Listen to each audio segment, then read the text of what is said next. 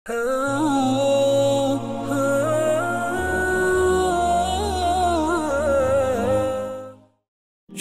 দর্শক বন্ধুরা, আসসালামু আলাইকুম ওয়া রাহমাতুল্লাহি ওয়া বারাকাতুহু।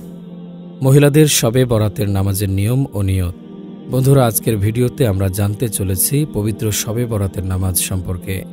যেমন পবিত্র শবে বরাতের নামাজ কত রাকাত, পবিত্র শবে বরাতের নামাজের নিয়মগুলো কি কি, এবং পবিত্র শবে বরাতের নামাজের নিয়ত কি, কিভাবে করতে হয়। সর্বশেষ পবিত্র শবে বরাতের রোজা সংখ্যা কয়টি পালন করতে হবে। দোয়া এবং সূরাগুলো ভিডিওর শেষ প্রান্তে পাবেন ইনশাআল্লাহ। পবিত্র শবে বরাতের নামাজের নিয়ম সম্পর্কে জানার আগে পবিত্র শবে বরাত সম্পর্কে কিছু তথ্য জানা থাকা অবশ্যই আমাদের প্রত্যেকেরই দরকার। পবিত্র শবে বরাত রাতটি মূলত কি? পবিত্র শবে বরাত শব্দটি এসেছে ফরাসি শব্দ থেকে, যার অর্থ দাঁড়ায় শবে শব্দের অর্থ রাত এবং বরাত শব্দের অর্থ মুক্তি, অর্থাৎ মুক্তির রাত। সুতরাং পবিত্র শবে বরাতের অর্থ দাঁড়ায় মুক্তির রাত। পবিত্র শবে বরাতকে আরবিতে লাইলাতুল বারাত বলা হয়। এবার আসুন জেনে নেই পবিত্র শবে বরাতের নামাজ কত রাকাত পড়তে হবে। আমরা সকলেই জানি যে শবে বরাতের ইবাদত করতে হয়, আর এই সকল উপাদানগুলোর মধ্যে অন্যতম হচ্ছে নামাজ। সুতরাং শবে বরাতের নফল নামাজ আদায় করা এবং মহান আল্লাহর নিকট বেশি বেশি তাওবা করে পাপ কাজের জন্য আল্লাহর কাছে ক্ষমা চাওয়া। আমরা সকলেই জানি যে শবে বরাতের নামাজ হচ্ছে নফল নামাজ। শবে বরাতের নামাজের কোনো নির্দিষ্ট রাকাত নেই। বান্দা তার ইচ্ছা মতো এবং সামর্থ্য অনুযায়ী কত রাকাত নামাজ পড়তে পারে, কত রাকাত নামাজ পড়তে হবে।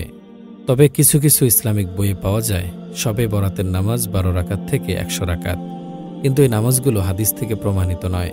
সুতরাং মুসলমান ভাই বোনেরা, শবে বরাতের নামাজ সম্পর্কে উদ্বিগ্ন না, আপনারা আপনাদের নিজেদের সামর্থ্য এবং ইচ্ছে মতো যত রাকাত নামাজ পড়তে পারেন ঠিক ততটাই নামাজ পড়বেন। আপনারা যদি 2 রাকাত নফল নামাজ আদায় করে মহান আল্লাহ তাআলার নিকট ক্ষমা চান এবং কান্নাকাটি করে নিজের অপরাধ বোধ উপলব্ধি করতে পারেন, তাহলে সেটি মহান আল্লাহর কাছে কবুল হবে এবং একাধিক রাকাত নামাজ পড়লেও আল্লাহর কাছে কবুল হবে। সুতরাং শবে বরাতের নামাজের কোনো নির্দিষ্ট রাকাত নেই। যে যেমন যত রাকাত পড়তে পারে ঠিক সেরকমই নফল নামাজ আদায় করবে।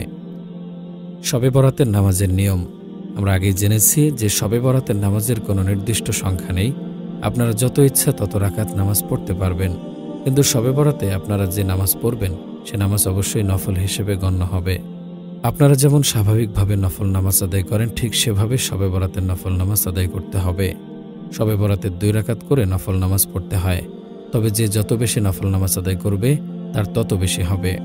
শবে বরাতের নফল নামাজের প্রতি রাকাতে সূরা ফাতিহা এর সাথে সূরা ইখলাস, সূরা কদর, আয়াতুল কুরসি বা সূরা তাকাসুর ইত্যাদি সূরাগুলো যদি মিলিয়ে পড়া হয় তাহলে অধিক সওয়াব পাওয়া যায়।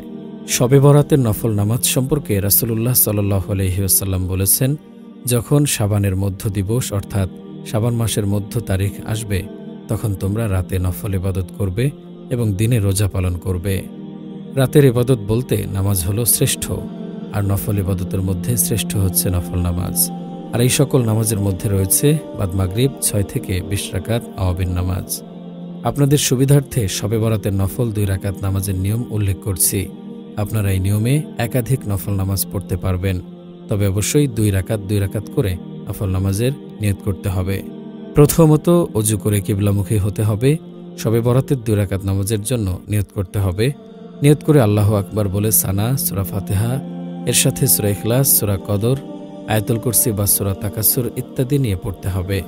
সূরা ফাতিহা এই সকল প্রয়োগ করলে অধিক সওয়াব পাওয়া যায়। এরপর অন্যান্য নফল নামাজের মতো রুকু এবং সিজদা দিতে হবে। এরপর আবার দাঁড়িয়ে প্রথমবারের মতো 2য় রাকাত পড়তে হবে। 2য় রাকাতে সিজদা দেওয়ার পর আত্তাহিয়াতু, দরুদ শরীফ এবং দোয়া মাসুরা দোয়াসমূহ পাঠ করতে হবে। এই দোয়াগুলো পাঠ করার পর সালাম ফিরিয়ে মোনাজাত করতে হবে। মোনাজাতে আপনার সকল মনের অনুভূতি আল্লাহর নিকট বলতে হবে। বারবার তাদের জন্য আল্লাহর কাছে ক্ষমা প্রার্থী হতে হবে। এবার জেনে নিন শবে বরাতের নিয়ত কিভাবে করবেন।